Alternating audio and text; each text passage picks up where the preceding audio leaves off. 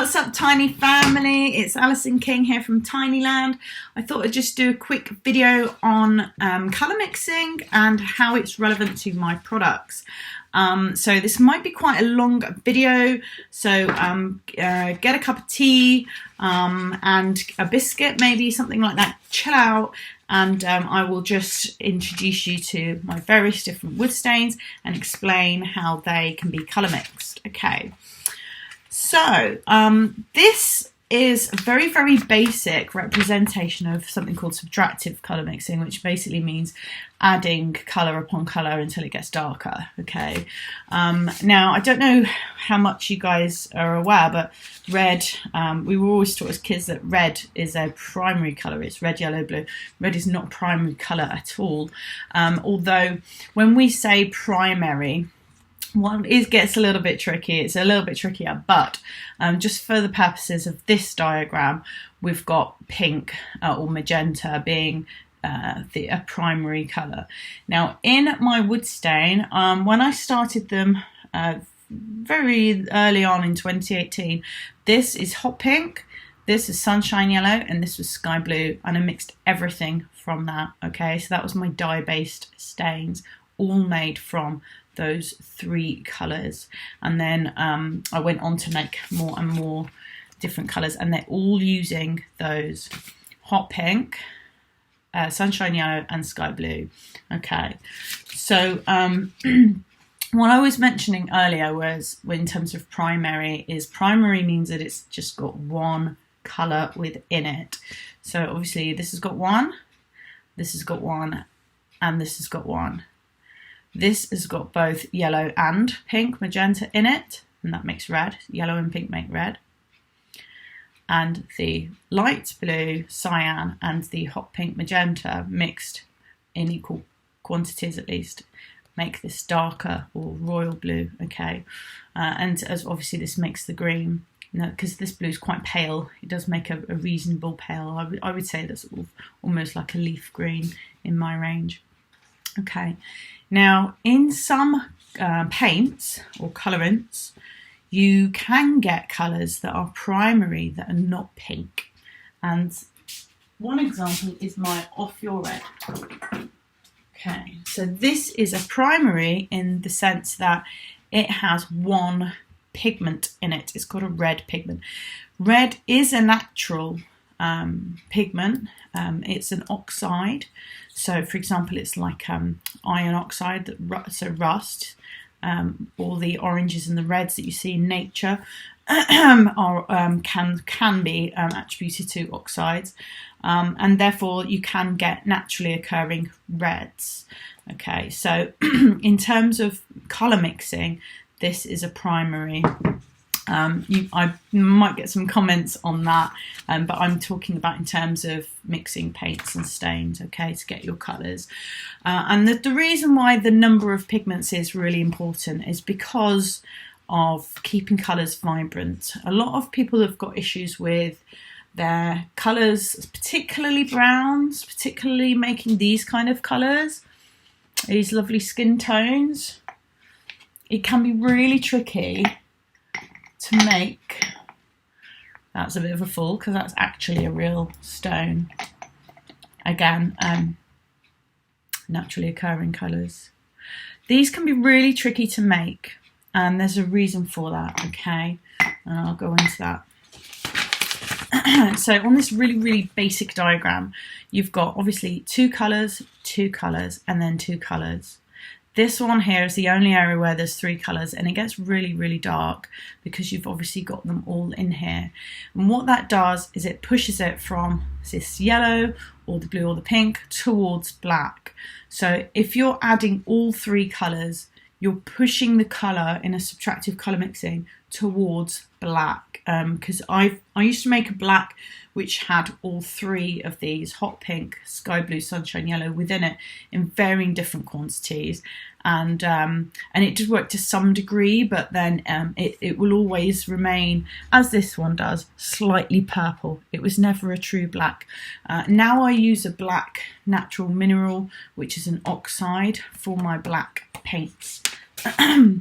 So mainly, if you wanted to get a black, it's in it uses the pigments rather than the dyes, because the only way you can get really natural black is if you use it as an oxide, a pigment, and a pigment's thicker as well, so you get it a lot. You get it blocking the light a lot more, and it really does stand out as a really nice black.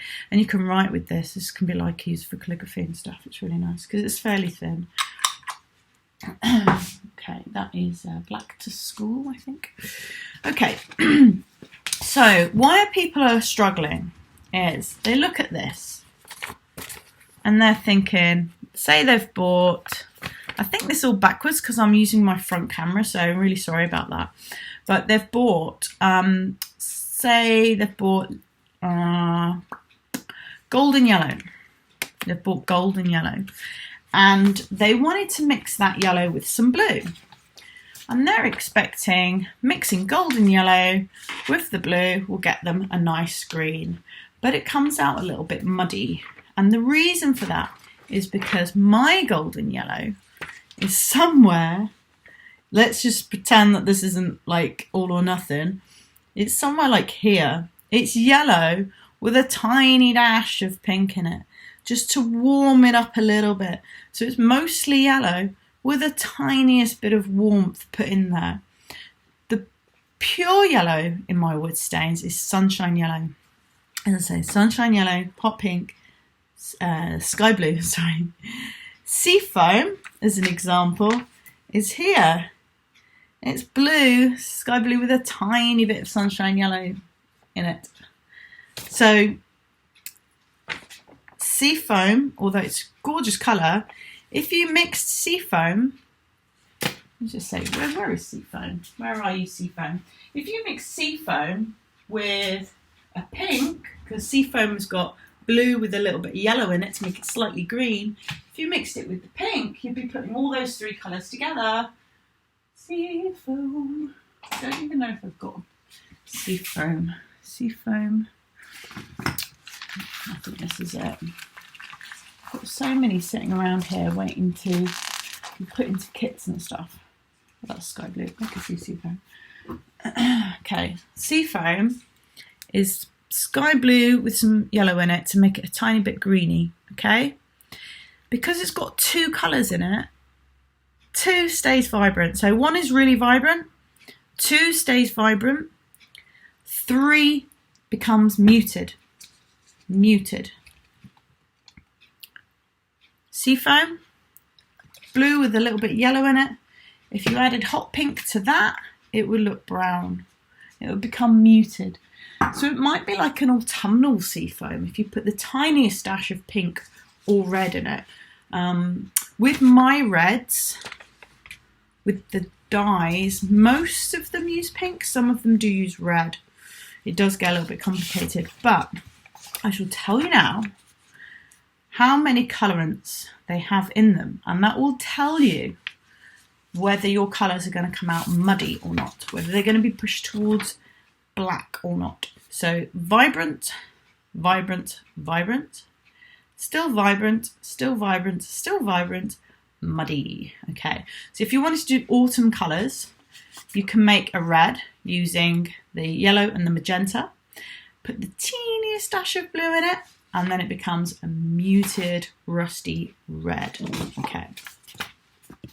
Okay, so here we go. Colour swatch here. I think it's backwards. I'm really sorry about that.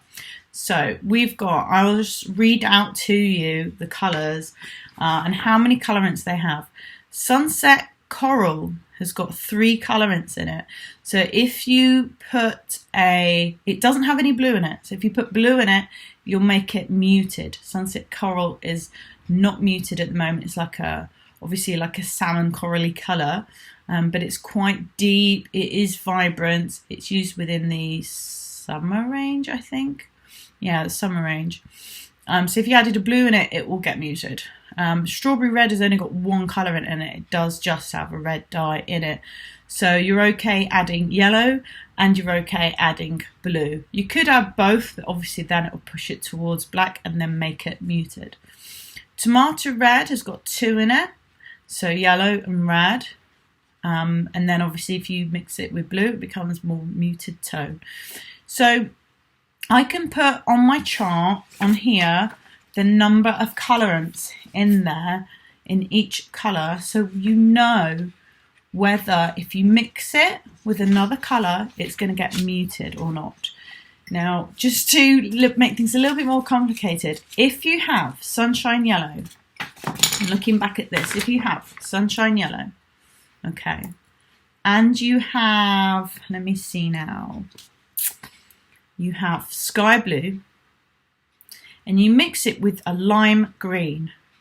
Lime green is here. Lime green is yellow and blue anyway.